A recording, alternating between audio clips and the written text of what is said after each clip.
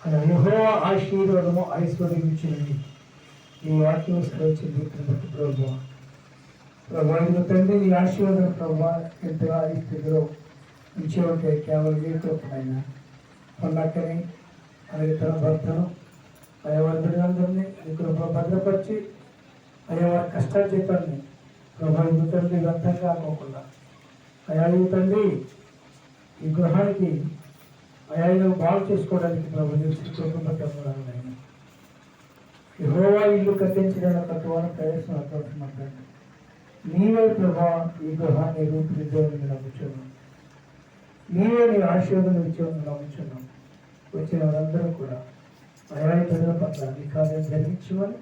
ఈ కుటుంబానికి మేలుకరంగా జీవితంలో వారిని నడిచిమని ప్రార్థిస్తూ ఆ విషయాల్లో కాపాడమని పాటల్లోనూ వాటిలో మీరే సహాయం చేయమని అయా ఏవైతే మాట్లాడబోచున్నావో అయా యువతని మీరే మాట్లాడించమని సహాయం చేస్తాను చేస్తూ మా ప్రభువును ప్రియదర్శులను యేసు అతి పరిశుద్ధ నామం బట్టి అడిగి వేడుకొని విన్నాము తండ్రి.